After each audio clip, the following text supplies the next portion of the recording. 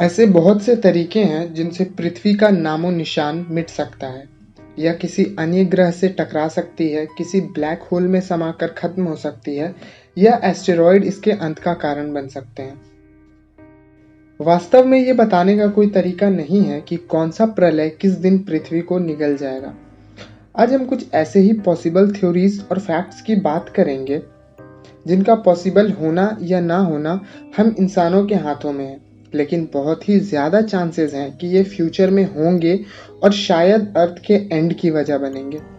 सीधे शब्दों में कहें तो इंसानों द्वारा अर्थ किन वजहों से बर्बाद हो सकता है, हम यही जानेंगे इस वीडियो में।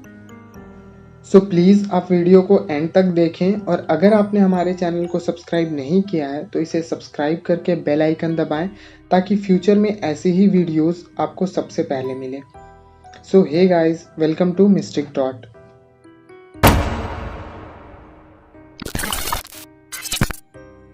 Artificial intelligence. आज के इस टेक्नोलॉजी के युग में एआई यानी आर्टिफिशियल इंटेलिजेंस काफ़ी प्रचलित नाम है। हमारे प्रयोग में आने वाले हर चीज़ में लगभग एआई होते हैं, जैसे mobile phones, computers, smart watches आदि।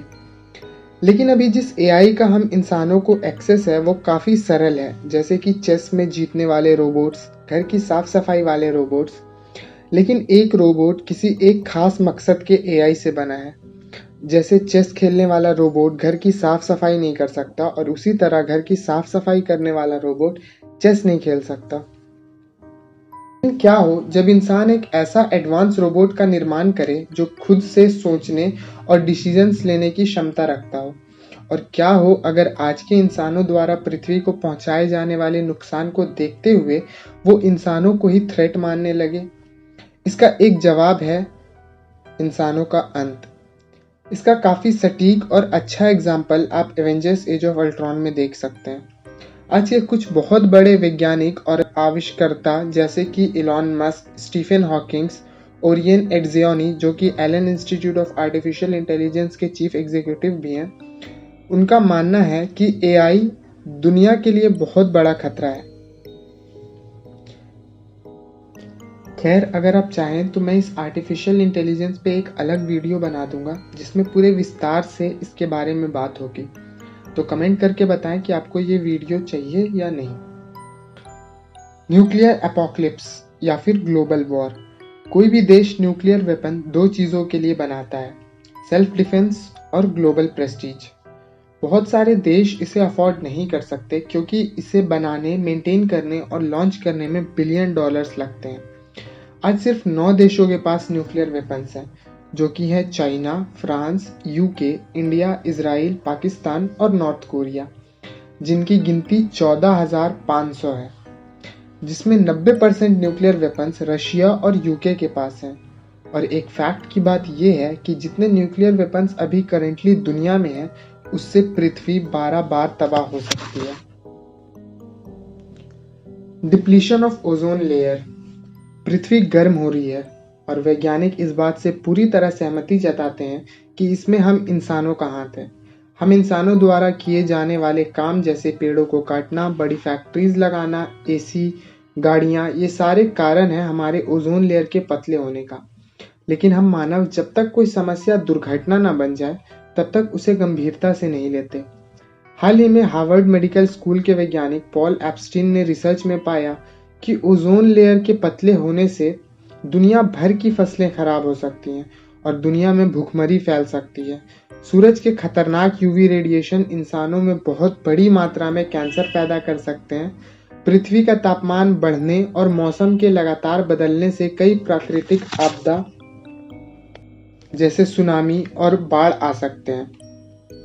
पृथ्वी का तापमान बढ़ जाने की वजह से ये बिल्कुल भी इंसानों के रहने लायक नहीं रहेगी। Biotech disaster. जैसे जैसे प्राकृतिक जीव विलुप्त हो रहे हैं, वैसे वैसे हम इंसान जेनेटिक इंजीनियरिंग के माध्यम से नए भी बना रहे हैं। जेनेटिकली मॉडिफाइड फसलें कहने को तो ज़्यादा हेल्दी और पौष्टिक होती हैं, पर इनके पीछे की सच्चाई कुछ और है। खैर, इसकी तरफ ना मुड़ते हुए पॉइंट पर आते हैं।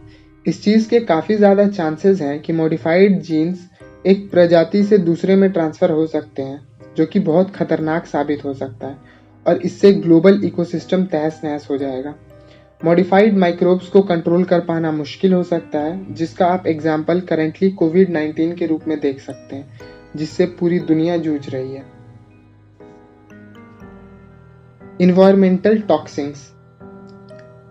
डोनोरा पेंसिल्वेनिया से लेकर भोपाल तक आधुनिक इतिहास औद्योगिक प्रदूषण के खतरों से भरा पड़ा है, लेकिन फिर भी ये जहर का दौर जारी है। दुनिया भर के बड़े शहरों में हवा मोटी डीजल पार्टिकुलेट से दूषित है, जिसे national institute of health carcinogen मानता है। बड़ी फैक्ट्री से उठते धुएं हमारे धरती के चक्कर लगाते हैं। खेतों में बड़ी मात्रा में प्रयोग कीटनाशक आगे चलकर नदियों में मिल जाते हैं, और डायऑक्सिन्स की बड़ी मात्रा इंसानी रिप्रोडक्टिव फंक्शन को बिगाड़ सकती है। हमारे घरों में लगभग 63% चीज़ें पॉलीविनाइल से बनी होती हैं, जो जलने पर डायऑक्सिन्स प्रोड्यूस करती हैं। हर साल NIH इस डायऑक्सिन को कैंसर कॉजिंग एजेंट में शामिल करता है, लेकिन इसके कंट्रोल पर कोई काम नहीं हो रहा, ना ही कोई इसके खतरों पर ध्यान दे रहा है, और ये आगे चलकर बहुत बड़ी समस्या बन सकती है। तो ये थी मेरी आज की वीडियो। अगर आपको वीडियो ज़रा सी भी अच्छी लगी तो इसे लाइक करें, ज़रा सी भी इंफॉर्मेटिव लगी तो चैनल को सब्सक्राइब करें, और आपके पास कोई भी सुझाव हो तो प्लीज़ हमें कमेंट के ज़रिए ज़रूर बताएं।